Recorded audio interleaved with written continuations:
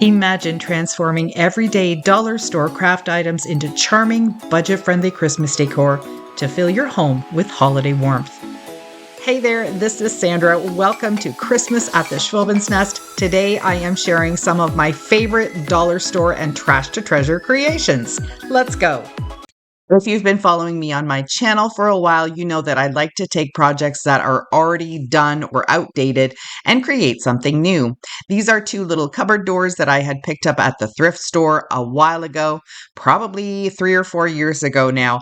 And I gave this one coat of black paint. That was just easier than trying to do 3 or 4 coats of white paint and having those colors of the black bleed through. Now I'm going to give it a couple of coats of white paint.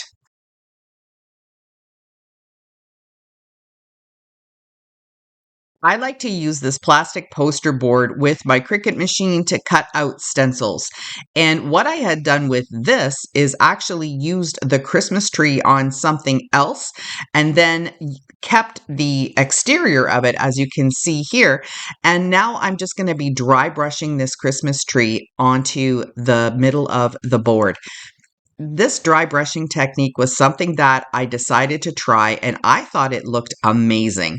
So what I'm going to do is just make this a larger tree by going over it a few times and moving that stencil around on my board until I get the look I want. Using a small brush, I just added a little bit of accents here and there just to give the tree a little bit more definition, and I also then painted on a bit of a trunk.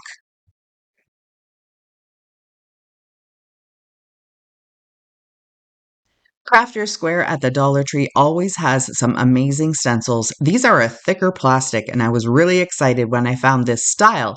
It's sort of a cross between a Ray Dunn and sort of just a farmhouse style. So I'm going to cut these into strips simply because they're easier to work that way.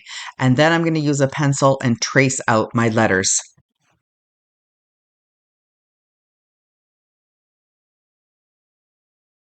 Using a black marker, I'm just going to do an outline and then fill in all of the stencils. This is just an easy way of getting a really nice professional lettering system without using paint.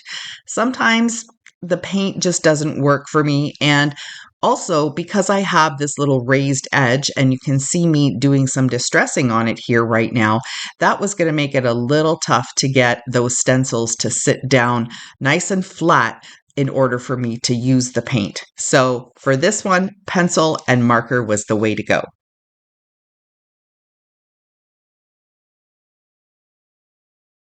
These are some of my favorite picks. I get them on Amazon, but then I get the little red pip berries wherever I can. Most of the time, the Dollar Tree carries them. My local Dollarama store carries them a lot as well. So when I see them, I snatch up a whole bunch. I'm going to glue some of these stems onto the top and the bottom, add some berries and some pine cones, and I really love how this one turned out.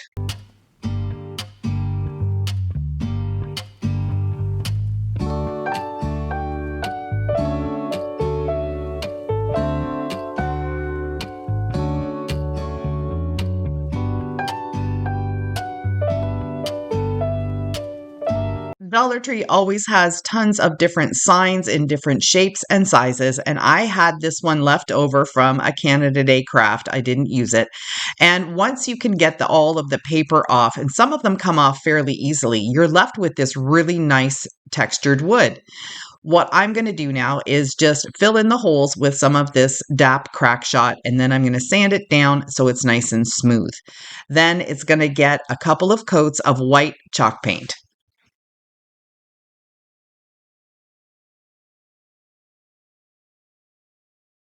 I did use a pencil just to mark the lines of where the boards would be if this was a real palette sign. And now I'm taking some black with my dry brush and just giving it some distressing. When distressing, I always start out with a really light touch because you can always add more paint, but it's a little trickier to take it away.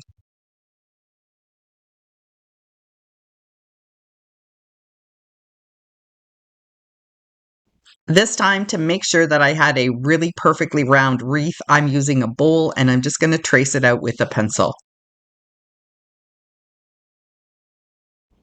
All these mini pine cones that I'm using today in this project came from the Dollar Tree. I have some frosted ones and I have some plain ones, and I've got them divided into different bowls so I can make sure that I get the pattern that I like. I'm just going to start gluing on, and at this point, all you need to do is make it pleasing to your eye. You're the one creating it. You're the one making it look gorgeous. So it doesn't matter what anybody else thinks. You have to love it. I'm almost finished and I'm really loving how this one is turning out.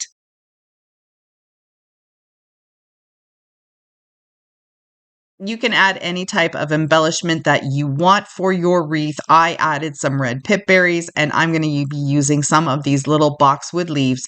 I'll cut them apart and then just put them in wherever I see fit.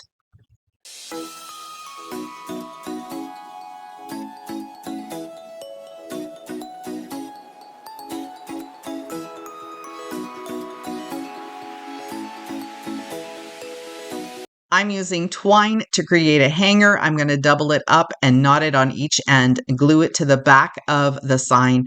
And now I have a beautiful and charming little pine cone wreath sign that I can hang anywhere in my home.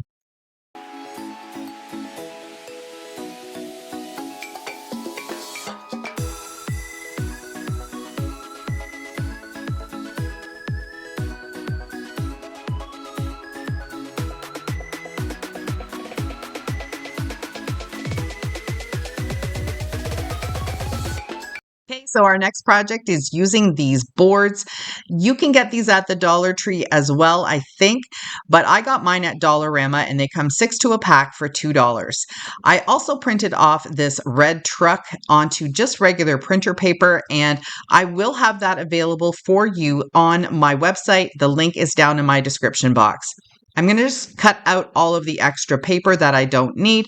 And I love using my paper trimmer simply because it makes a really nice straight line and I don't have to worry about messing up.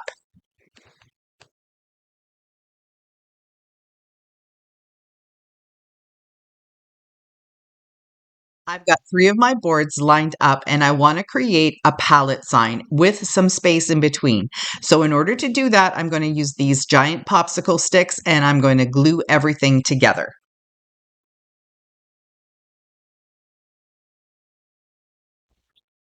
Now I'm going to take some white chalk paint and I'm just going to go about a couple of inches around the edge of the boards. Because I'm going to be putting the paper down, I don't feel the need to have to paint everything, but you can definitely do that if you want. While I waited for the paint to dry, I grabbed some tumbling tower blocks that you can get at the Dollar Tree, and these are the small sizes. And I'm going to glue them end to end, and I think I've got 5 or 6 of them here. This is going to create a base for my sign.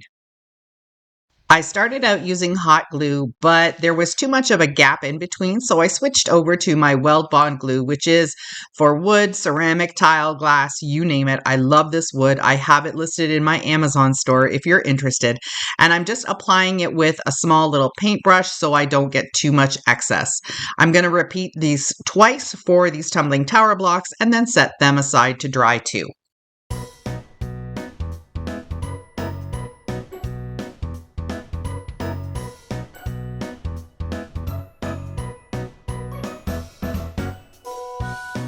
Put my image down onto the boards and I'm just going to use my finger to make a line, sort of a crease in the paper so I know where to cut it.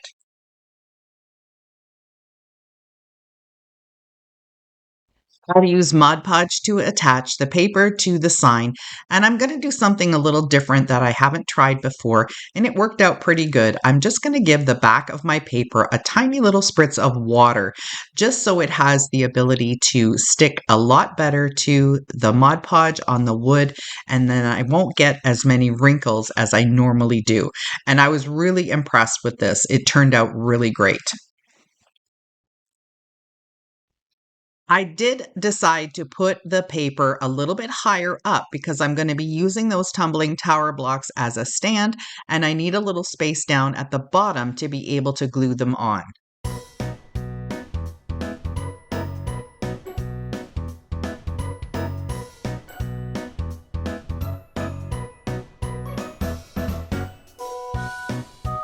Now that I have all three pieces on there, I'm going to give them a nice smooth coat of Mod Podge to seal them in and make sure that I have all the creases and bubbles gone. For now, I'm just going to be painting one side of the tumbling tower blocks because I would like to have the raw wood exposed when I glue it onto the sign. Now I want to distress the sign on top, and I'm also going to be distressing the paper portion. So I'm going to be going around the edges like you see here, and then I also went very lightly up and down the whole paper, and you can see that some of the edges of the paper already have some black paint on them. I'm going to be going in between the little planks, and I wanted this to look really rustic and vintage. I'll glue one strip of the tumbling tower blocks to the back of the sign and the other one to the front. And then I'm just going to touch it up with the black, making sure you can't see any of the raw wood color. And this is how it turned out.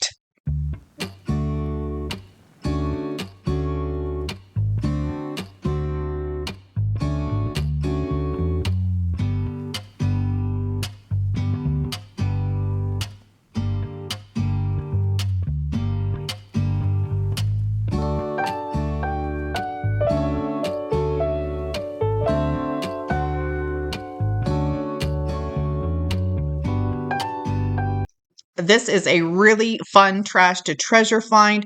It's one of those calendar frames that you can slide the calendar in from the top at the back. So it's got a bit of a gap in there, but I'm going to work with it. I'm just sanding down some of the paint here because these flowers have a little bit of texture on them, and that's just from the paint itself. So once I'm done that, I'm going to give it one coat of black chalk paint, and then I'm going to go over it with a couple coats of white chalk paint.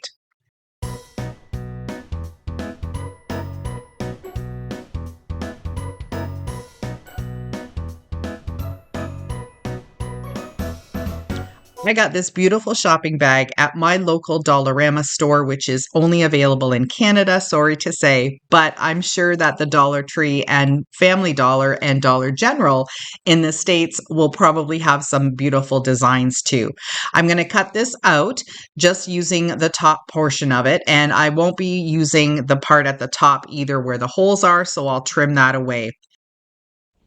Using some foam core board, I'm just going to cut two strips, one for the top of the bag and one for the bottom of the bag. And that's just going to make it easier to slide it in and out. One strip is going to go at the bottom of the bag and the other strip will go at the top of the bag. And for this project, I'm just using my Starbond medium viscosity glue. It's a really good CA glue and it dries really quickly.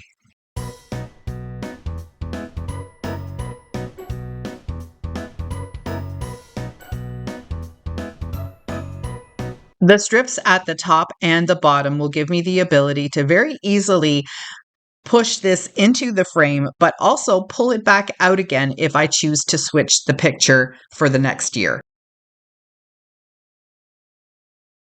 I'm going to be adding some embellishment to the top of the frame. Again, I'm using boxwood and some red pip berries. That is my favorite thing to use for the holiday season. And I think the red really lends itself to the words joy and the cardinal. Now, this boxwood has a little bit of a dusting on it, which I thought was really pretty too. So I'm going to just trim those down and then I'll add them to the top just with some hot glue on an angle and a few pip berries, and this sign is done. I think it's gorgeous, and for a super cheap price, I think I spent around $4 for the frame, $1.50 for the bag, and look how beautiful it is.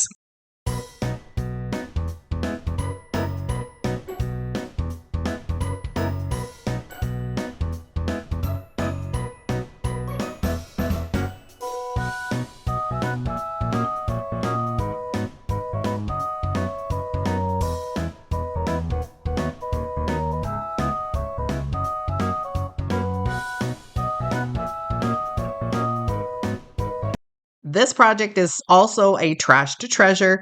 I have this canister lid. I did something different with the box itself, and now I'm just going to clean this up with some crud cutter. It had some grunge on the back of it.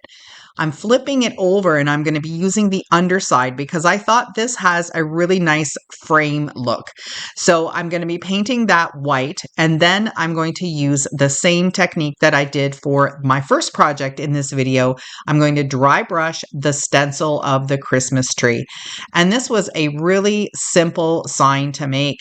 Very easy, just a hunk of wood. So if you've got some scrap wood laying around and you want to make some signs, this is a perfect idea for you.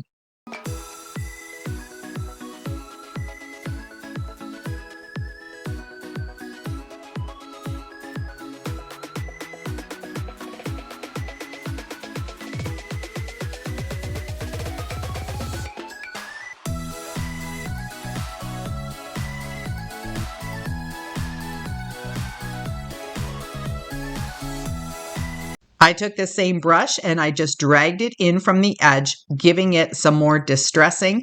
And I am so in love with this. I think it is such a beautiful rustic look. And that's exactly what I do with my home for the Christmas holidays.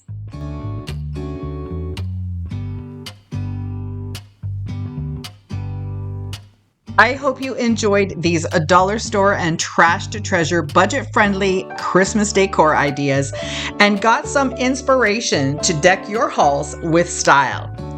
Thanks so much for spending some of your time with me today. See you in the next one.